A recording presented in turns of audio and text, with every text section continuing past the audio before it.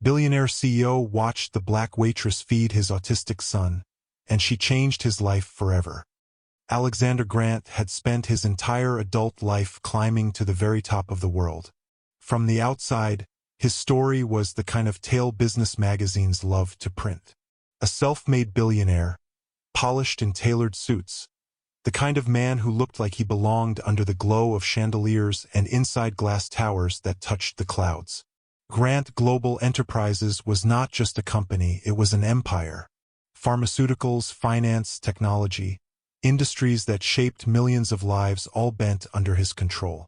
His signature could erase jobs, redirect fortunes, or create new billionaires overnight. He thrived on that power, and for years he believed it made him untouchable. But in his private life, Alexander lived with a truth no amount of money could erase. His 7-year-old son, Ethan, was his greatest treasure and his greatest heartbreak. Ethan had been diagnosed with autism, and the diagnosis had turned Alexander's world upside down. Suddenly, the man who could dictate the direction of global markets couldn't convince his own child to eat a single meal in peace. If you are enjoying this story, don't forget to like this video, subscribe to the channel, and share a word of love in the comments. At home, dinners were battles. Ethan would push away plates, cover his ears against the smallest noises, or rock endlessly in his chair, lost in a world his father couldn't reach. Doctors recommended therapy. Specialists were hired, each demanding astronomical fees, each promising breakthroughs. Yet nothing worked. Sessions ended in frustration. Recommendations piled up like empty prescriptions. Alexander, the man who bought solutions for every problem, found himself staring at his son in silence, powerless. The strain tore at his life in ways the public never saw. His ex-wife, Victoria Sterling, once adored for her polished beauty and sharp social presence, had walked out 2 years earlier. To her, Ethan's diagnosis had shattered the illusion of perfection she clung to. Their marriage ended with signed papers and bitter silence, leaving Alexander as the only parent willing to fight for his son. In interviews, he was the picture of success. In private, he was a man cracking at the edges. And so he poured himself back into work, thinking perhaps achievement could fill the hollow spaces at home. Grant Global grew larger. He cut programs that didn't yield profits. He redirected resources toward projects that promised higher returns. Somewhere in the spreadsheets and contracts, the lives of people outside his penthouse windows were reduced to lines of expense. If he thought about it at all, he told himself it was necessary, just business. But that night in Paris would show him otherwise. It was a crisp evening, the kind of night when the city glittered as though every street lamp was lit for royalty.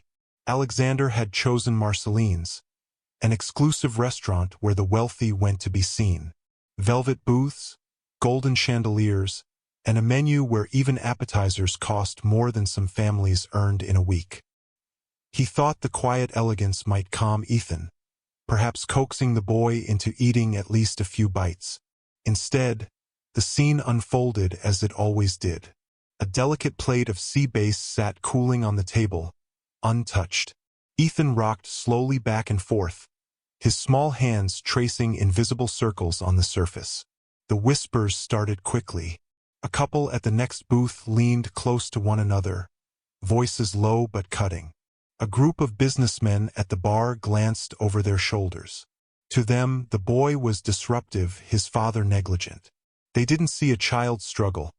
They saw inconvenience. Alexander felt their stares like knives. His jaw clenched. He straightened his tie, trying to command control with posture alone.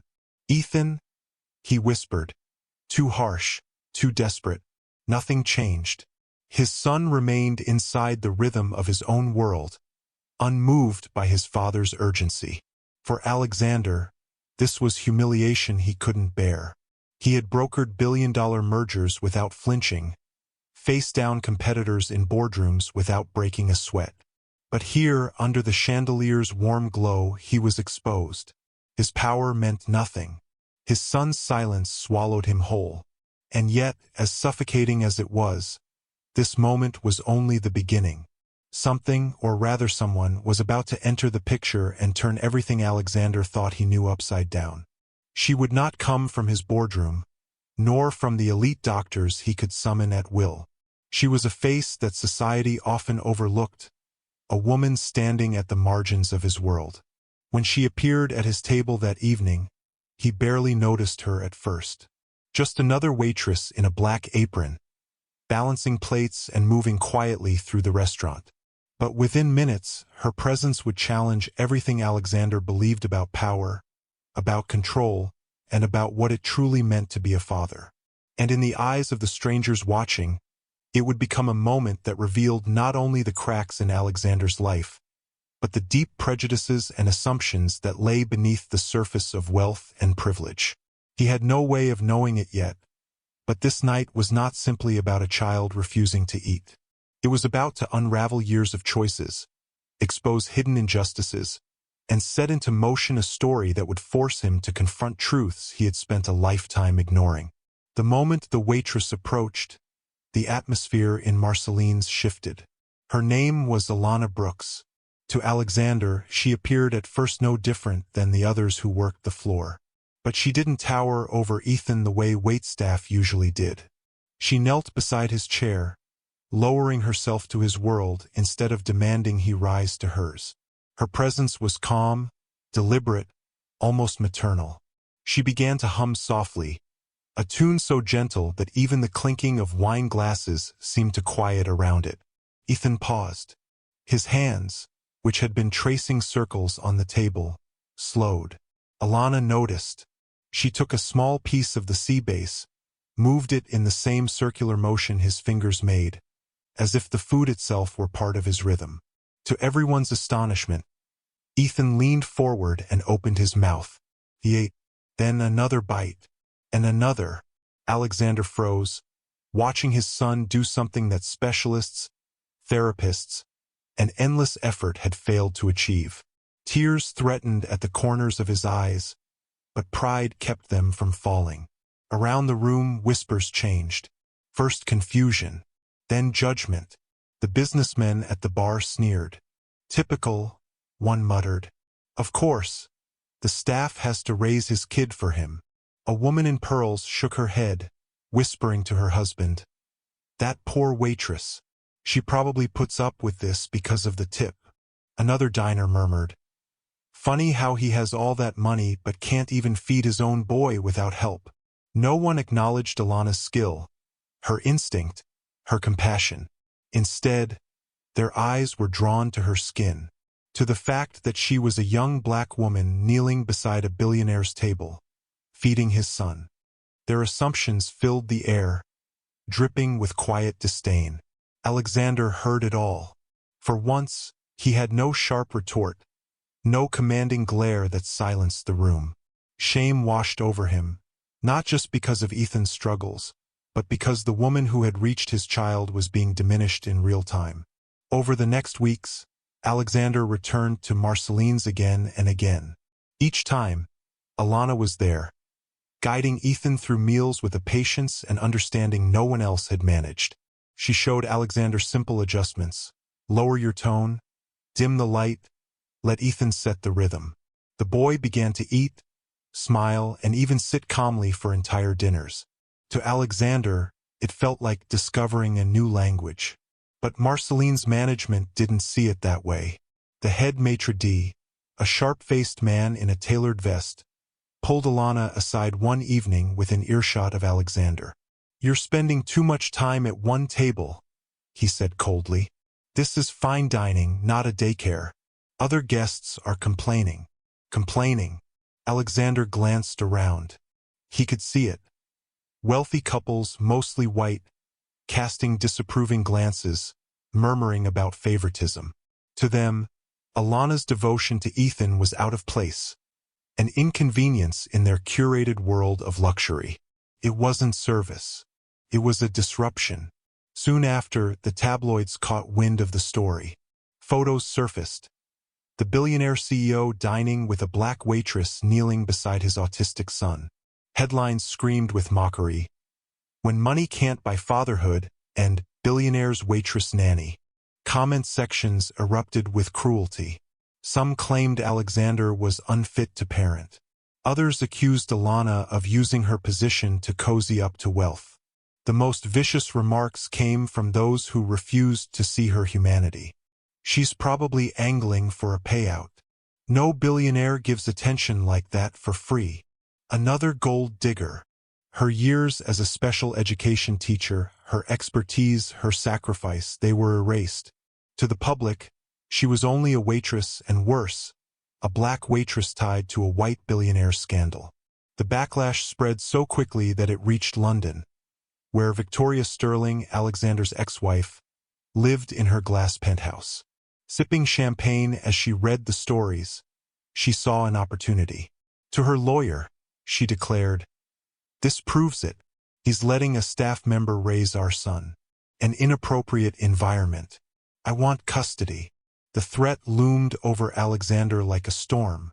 Court papers arrived. Custody hearings were scheduled. Suddenly, the woman who had abandoned Ethan was armed with public opinion, ready to use Alana's very kindness as a weapon. Alana found herself dragged into the battle without consent. Paparazzi waited outside Marceline's, cameras flashing when she arrived for shifts. Strangers hurled slurs under their breath. Some customers refused to be served by her, demanding another waiter. Management hinted that her job might not survive the controversy. Still, she continued. Ethan's small hand would sometimes reach for hers when she knelt at his table, calling her Mama Alana. The words spread through the courtroom like wildfire when they were mentioned, twisted by lawyers into accusations. She was manipulating the boy, inserting herself into a family she didn't belong to. The tension mounted with each hearing. Alexander's fortune could buy the best legal team, but it couldn't erase the optics. A powerful white CEO and a black waitress. Society was eager to judge, to reduce their story to stereotypes of greed, scandal, and impropriety. For Alexander, it was a mirror he couldn't look away from. He realized that for years, his own empire had cut funding to programs like the one Alana once ran, dismissing them as not cost-effective. And now, in the cruelest twist of fate, his son was paying the price. By the time Alana was called to testify, the world was watching. She walked to the stand with steady steps, the cameras clicking like gunfire around her. Alexander held his breath. This moment could destroy everything, or reveal a truth no one could ignore. And when she opened her mouth to speak, the courtroom would never be the same. The courtroom was packed. Reporters filled every bench, their pens scratching as though each word spoken might become tomorrow's headline. Cameras flashed outside the windows, their light cutting across the polished wood like lightning in a storm. The case had grown beyond a private custody battle. It was a public spectacle, a drama in which wealth, race, and parenthood collided for the world to dissect. Alexander sat at the defense table, his jaw rigid, his palms damp. He was a man accustomed to commanding boardrooms, but here he was powerless. His ex-wife, Victoria Sterling, sat across from him, immaculate in a designer suit, her lips curved into a thin smile. To her, this was already won. She had the tabloids, the gossip, the photographs of Alana kneeling beside Ethan. She had public opinion tilted in her favor. The judge called the witness. All eyes turned. Alana Brooks stepped forward. She wore a simple black dress, unadorned, her hair pulled back. No theatrics, no attempt to impress. She moved with quiet dignity, a striking contrast to the chaos swirling around her. The moment she placed her hand on the Bible, the room stilled. "State your name for the record," the clerk instructed. "My name is Alana Brooks," she answered, her voice steady. From the first words, there was something different in her tone, something that carried weight. Not the weight of wealth or power, but the weight of truth born from years of lived experience. The opposing lawyer wasted no time. He launched into his attack like a predator circling its prey. "Miss Brooks, you're a waitress, correct?" "Yes," she said. "You work at Marceline's, a luxury restaurant in Paris?" "Yes." And you've taken it upon yourself to feed and comfort the defendant's son, without training, without medical certification, without permission from his legal guardian? Alana's hands folded in her lap. She lifted her eyes, meeting the lawyer's sharp gaze without flinching. That isn't true. I do have training. The lawyer smirked. Oh? Please, enlighten the court. She took a breath. I hold a master's degree in special education from New York University. For nearly a decade, I directed a program called Horizon Academy in Chicago. There, I worked with over 200 children who had autism, ADHD, and developmental delays. I taught them how to communicate, how to connect with their world. That was my life's work, until it was shut down. The room stirred. The judge leaned forward. The lawyer frowned. Shut down by whom? Alana's voice did not waver. By Grant Global Enterprises, Mr. Grant's own corporation. A gasp rippled through the courtroom. Alexander felt the floor tilt beneath him. He remembered the meeting, the spreadsheets, the signatures. Special needs programs were labeled as non-essential, not profitable. He had signed the cut without hesitation, never imagining the faces behind the numbers. Now the irony sat exposed for the world to see. The very child who needed those services was his own son.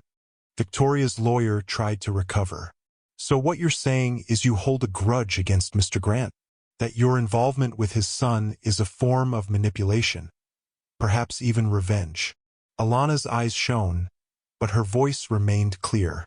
No, I don't hold a grudge. I hold love. For children like Ethan, who are too often overlooked, dismissed, or treated like burdens. I didn't stop helping when my academy was closed. I continued one table at a time, one child at a time, because these children deserve to be seen. Her words cut through the courtroom like a blade. The reporters scribbled furiously. The judge tapped his pen, considering. Then came the final blow. Victoria's lawyer leaned in. Miss Brooks, is it true that the child refers to you as Mama Alana? Whispers erupted instantly. The phrase was dangerous. To some, it suggested overstepping boundaries and intrusion into a family. The lawyer pressed on. Do you deny it? Alana shook her head. Her voice trembled now, but only with conviction. I don't deny it. Ethan calls me that, not because I asked him to, but because I was the first adult who treated him as a gift and not a problem. He gave me that name because I spoke to him in a language he understood. The room fell silent. Even Victoria's polished facade cracked for a moment. Her painted smile faltered. Alexander's throat burned. He realized he had spent years searching for answers in boardrooms and hospitals, paying fortunes for expertise that never reached his son. And yet here was a woman, dismissed by society as just a waitress, standing with nothing but her truth, and accomplishing what he could not. The judge cleared his throat, but before he could speak, the sound of Ethan's voice carried faintly across the room. The boy, seated quietly with a caretaker in the front row, had risen from his chair. He held up a crayon drawing, shaky lines forming 3 figures under a night sky. In his small, clear voice he said, Daddy, Mama Alana, Ethan, family. Gasps filled the chamber. Some reporters dropped their pens. Cameras clicked wildly. The judge's gavel slammed for order, but nothing could suppress the moment. It was no longer just a custody battle. It was a revelation. And in that instant, Alexander knew. The verdict would not only decide Ethan's future, but redefine the very meaning of family, of love, and of justice. The gavel came down, echoing like thunder across the courtroom.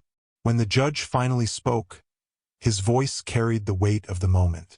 Ethan would remain with his father, under a structured plan that included professional therapy, family counseling, and continued stability. Victoria's claims crumbled beneath the undeniable truth that had unfolded. Ethan was not thriving under wealth, appearances, or distance. He was thriving because someone cared enough to see him, to meet him where he was, and to love him without conditions. For Alexander, the verdict brought relief but also reckoning. The courtroom emptied, reporters scattering to file their stories. Yet he remained seated, staring at the wood grain of the defense table. The empire he had built stood intact, but for the first time he saw its cracks. He had signed away programs, silenced voices, and dismissed needs that seemed unprofitable. And in doing so, he had robbed not only strangers' children, but his own. Outside the courthouse, Alana sat quietly on the stone steps, her hands folded in her lap. The fight had left her drained, her dignity intact but her spirit weary. She had never asked for this stage, never sought the spotlight. She only wanted to help a boy eat, to give him the same dignity she once gave to hundreds of children at Horizon Academy. Alexander joined her, lowering himself onto the step beside her. The power dynamics were reversed now. The billionaire humbled, the waitress revealed as something far greater than the world had allowed her to be. He told her, softly, that he could never undo what his company had taken from her. But he could choose differently now. He offered her the role of director of a new foundation, one dedicated entirely to supporting children like Ethan, funded not for profit but for people. 6 months later, the Grant Foundation for Developmental Support opened its doors in the very same building where Horizon Academy had once stood. Bright murals covered the walls, laughter spilled into the hallways, and children who had once been left behind were now given a place to belong. Alana greeted each one by name, kneeling to their eye level, listening, learning, guiding. And Ethan? He no longer rocked silently through meals. He no longer lived solely behind invisible walls. With patience and gentle guidance, he discovered his own voice. He drew pictures of his family, his father, himself, and Alana under a canopy of stars. One day, he placed that drawing in Alexander's hands, his small voice clear, family. For Alexander, that single word was more valuable than every merger, every skyscraper, every dollar he had ever earned. He had learned what true wealth meant. Not power over markets, but connection with the people you love. Yet beyond their private triumph, the story revealed something deeper about the world around them. Alana had not been believed at first. She had been doubted, ridiculed, and reduced to a stereotype. Her knowledge, her compassion, and her humanity were dismissed because of her role, her race, and her position in society. How many others like her had been overlooked? How many voices of color?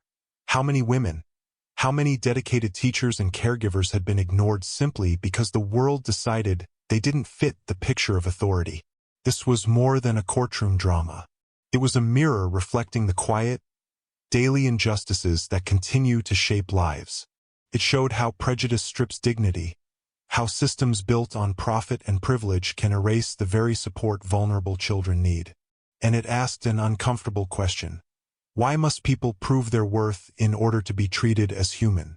In the end, Alana's story was not just about saving one boy.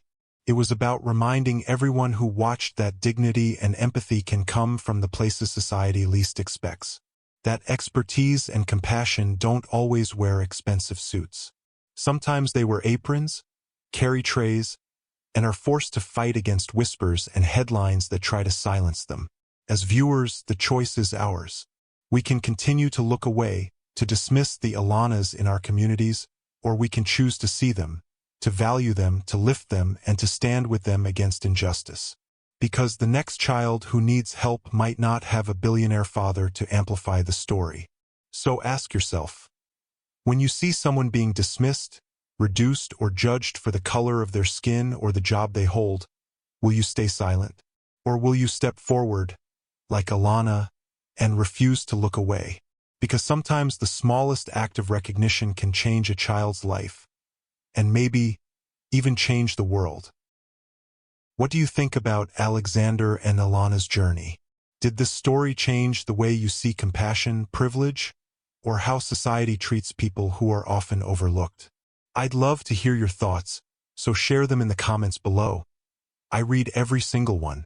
And if this story moved you, make sure to hit the like button and subscribe to the channel.